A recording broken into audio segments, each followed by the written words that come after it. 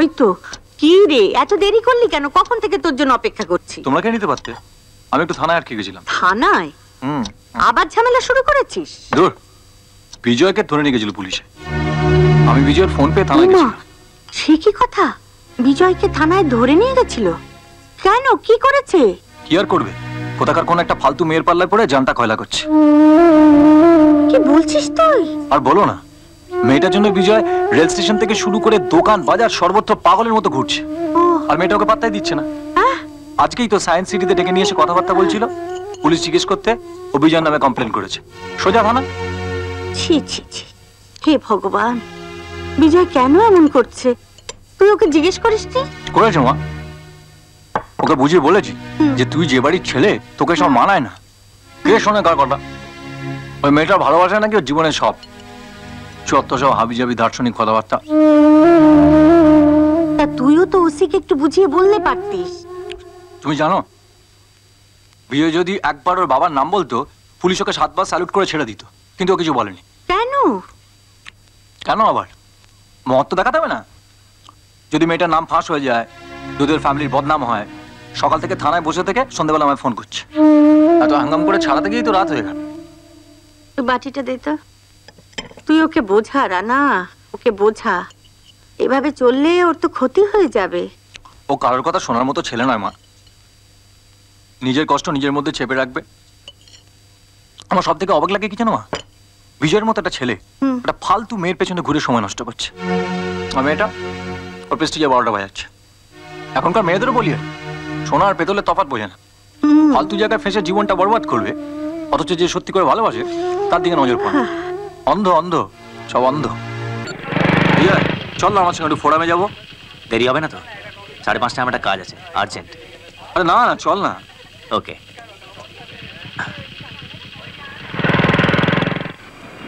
ব্যাস ব্যাস, আর লাগবে না। এই নিন টাকা নিন।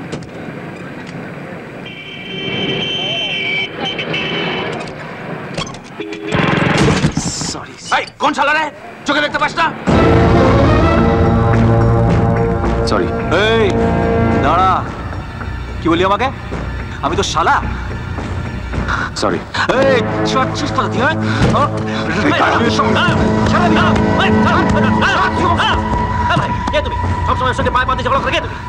তুমি তো ওর বন্ধু, ওকেই জিজ্ঞেস করো না আমি কে।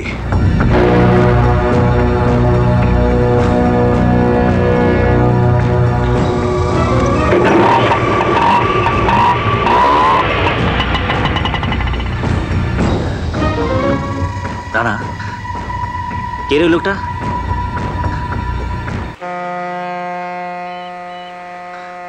কি রে, এখনো তুই বলবি না লোকটা কে? সেদিন সিনেমা হলে, রেস্টুরেন্টে, আজকে পেট্রোল পাম্পে। ওকে দেখলেই তুই কেরম একটা হয়ে যাস। কেন? ওর সঙ্গে তোর কিসের সম্পর্ক? ও একটা বিশ্বাসঘাতক। আমার বন্ধুত্বের সুযোগ নিয়ে আমার বুকটা ফালা ফালা করে দিয়েছে। আমার ফ্যামিলির মান সম্মান সমস্ত কিছু ধুলোয় মিশিয়ে দিয়েছে। রানা? ইয়েস, কয়েক বছর আগেও ভাবতাম দীপক আমার বন্ধু, আমার ফ্যামিলিরই একজন। দীপক, দেখ তো এই ছবিটা। দেখি। বন্যার বিয়ে। এ কি রে? দে আগে দিদি দেখবে। হ্যাঁ, সেই ভালো। যার বিয়ে সে আগে পছন্দ করবে। কি রে, পছন্দ তো? পছন্দ হবে না? আসানসোলে থাকে, নিজের ব্যবসা, আর দেখতে কিরকম ফাটাফাটি। ভালো করে দেখে বল পছন্দ তো। হ্যাঁ। যা এবার দে, দীপক একবার দেখে নিক। হ্যাঁ, দারুণ, খুব সুন্দর ছেলে, তোমার সঙ্গে খুব ভালো মানাবে। বাস, দীপক যখন সার্টিফিকেট দিয়েছে তখন বন্যার বিয়ে এখানেই ফাইনাল। কি মা? হ্যাঁ, সেই ভালো।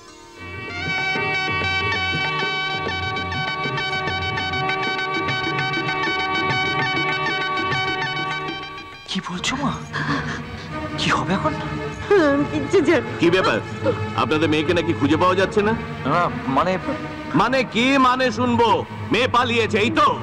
ছি ছি ছি ছি, এই ফ্যামিলি থেকে মেয়ে নিয়ে গেলে আমার সংসারটা তছনছ হয়ে যেত। না না, বড় বাঁচা আমি বেঁচে গেছি। ছ্যা ছ্যা ছ্যা ছ্যা ছ্যা, এই আপনাদের ফ্যামিলির শিক্ষা। আমি আগে জানলে এ বাড়িতে আমার ছেলের বিয়ে দিতে আসতাম না। এই, চলে এসো সবাই। না, আমি আর কোনো কথা শুনতে চাই না। আমি আপনাকে বলছি, কোনো compromise হবে না। আমি যেখান থেকে হোক আমার বোনকে খুঁজে বের করার চেষ্টা করছি। চলে আসুন, আপনারা চলে আসুন। আপনারা একটু বোঝান না। না, না, আমি তোমার কোনো কথা শুনতে চাই না। আমি আপনার পায়ে পড়ছি। No compromise. আপনি চলো, চলে আমি যাবেন। কোনো কথা, এই, আপনারা দাঁড়িয়ে আছেন কেন? চলে আসুন। আমি অন্তত এই ফ্যামিলিতে সবাই আমাদের সঙ্গে শুনুন, শুনুন। আমি আগে জানতে পারবো এই বাড়িতে আমার ছেলে দিয়ে দিতে আসতাম না। অনেক শিক্ষা হয়ে গেছে।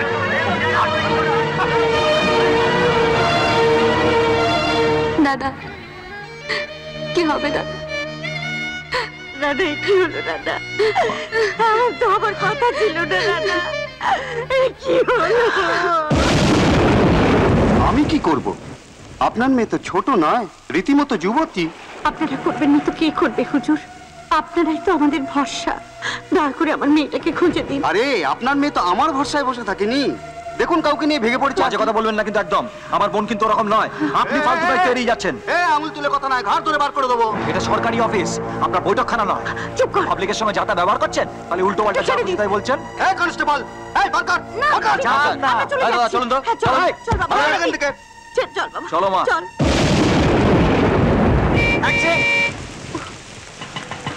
অটো, চলো মা, চলো। হ্যাঁ? দীপক, তুই কোথায় ছিলিস? দীপক, জানিস বর্ণালী বিয়ের আসর থেকে পালিয়ে গেছে। আমি থানায় গেছিলাম, পুলিশ আমাকে চাচ্ছে তাই ভাবে। বর্ণালী?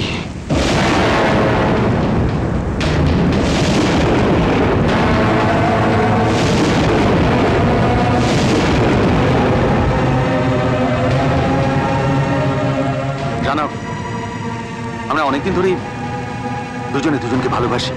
আমরা কালীঘাট থেকে বিয়ে করে এসেছি মা, আমাদের তুমি ক্ষমা করে দাও মা। দেখ, ছবি না আমাকে, একদম ছবি না। তুই তুই মানুষ নস, তুই একটা জানোয়ার। বন্ধুত্বের সুযোগ দিয়ে তুই এত বড় রেবাখানিটা করতে পারলি? বল, বল কেন করলি? সর্বনাশটা করলি, বল। ছেড়ে দেবো ওকে আমি। না ওকে মারিস না মা। ওকে ছেড়ে দে, ওকে মারিস না। মা, একবার আমার কথাটা শুনুন প্লিজ।